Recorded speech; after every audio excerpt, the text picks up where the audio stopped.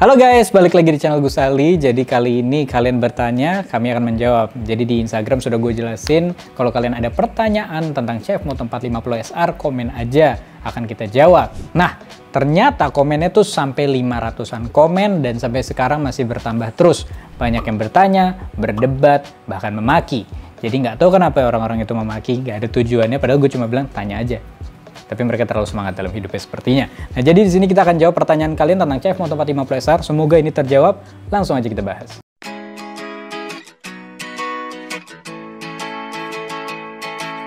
Spek mesinnya gimana, Bang?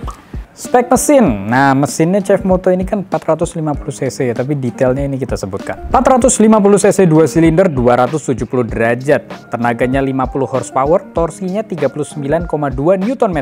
Jadi motor ini tuh ya yang bikin 270 derajat itu yang makanya orang-orang bilang crossplane itulah. Jadi mesinnya itu suaranya ajib parah. Suara mesinnya ajib, suara knalpotnya ajib.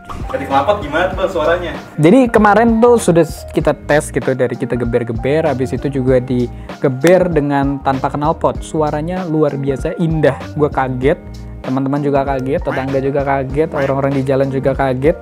Gak ada yang gak kaget, karena suara itu seindah ini. Perawatan dan spare part apakah mudah?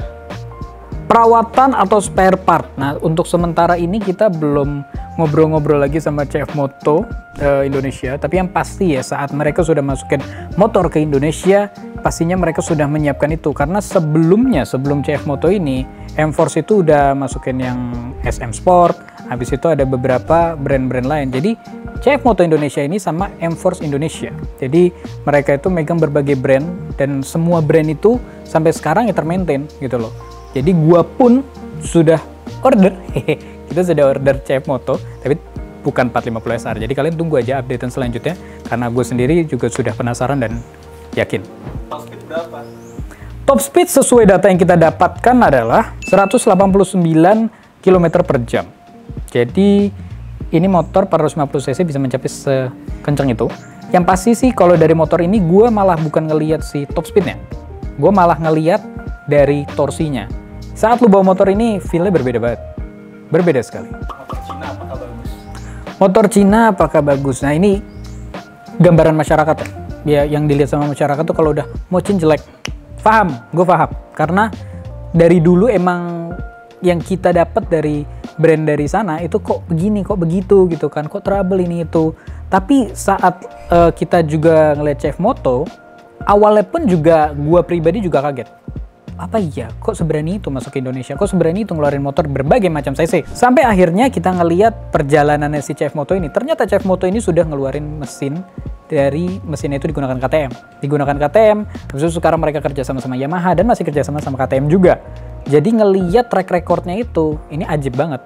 Bahkan di Amerika sana itu sudah menjadi motor yang digunakan sama masyarakat secara harian maupun anak-anak motor sana. Jadi mereka udah yakin juga, dan kita lihat di sini dari quality motornya seperti yang kita review yang kemarin itu luar biasa. Jadi kalau misalkan motor Cina apakah bagus atau tidak tergantung brandnya. Sama aja kayak lu bilang motor dari Amerika bagus atau enggak. Ada yang jelek, ada yang bagus. Motor dari negara ini ada yang bagus atau enggak? Ada yang jelek, ada yang bagus. Sama halnya barang apapun sih. Jadi jangan ngecap dengan gambaran negara itu selalu ngeluarin barang jelek, tapi lihat kualitas yang dikeluarkan dari produknya. Ada versi nakednya nggak?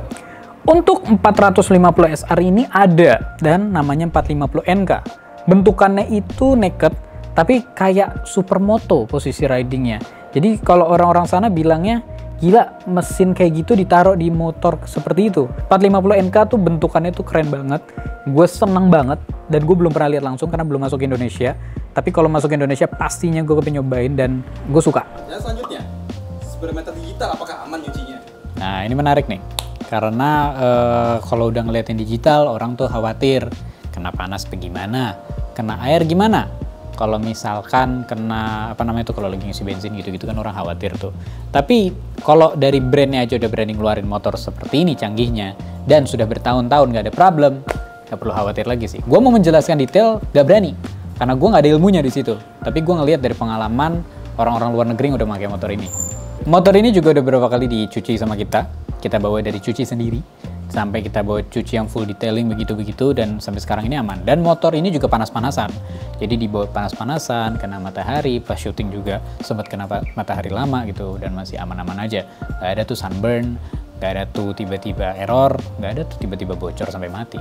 Ini CX-4RR atau CX-25R atau CX-Moto 40 SR?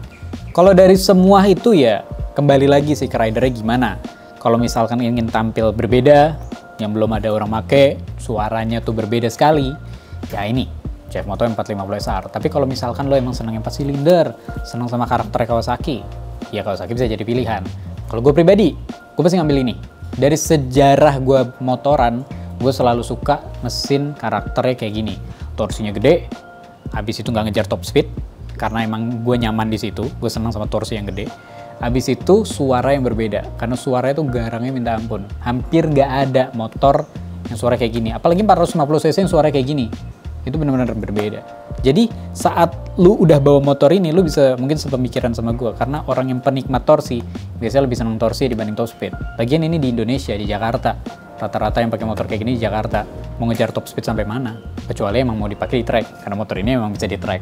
Pertanyaan paling krusial dan sangat penting.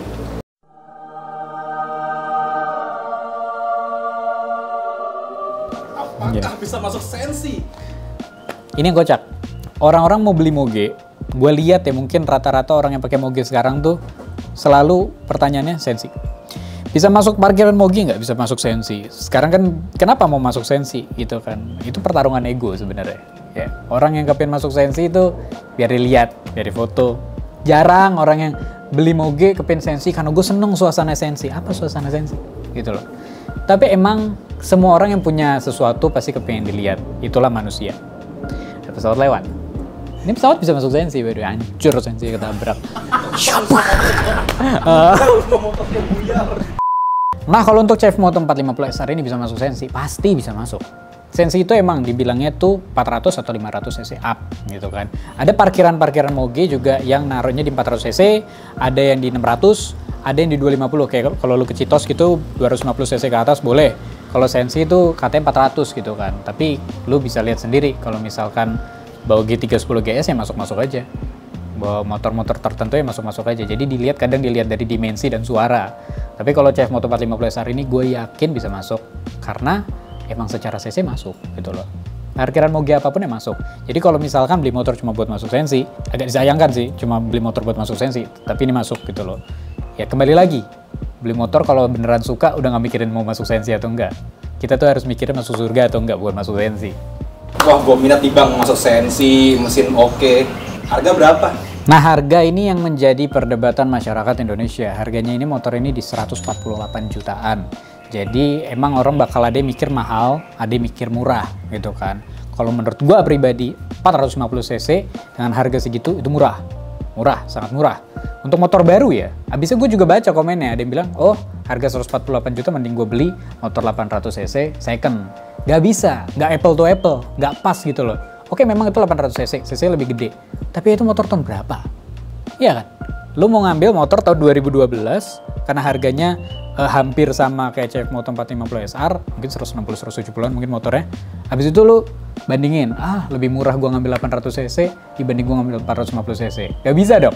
Gak bisa, lu gak bisa bandingin motor lama yang emang secara cc beda, harganya sekarang udah sama, dulu pas baru berapa gitu loh.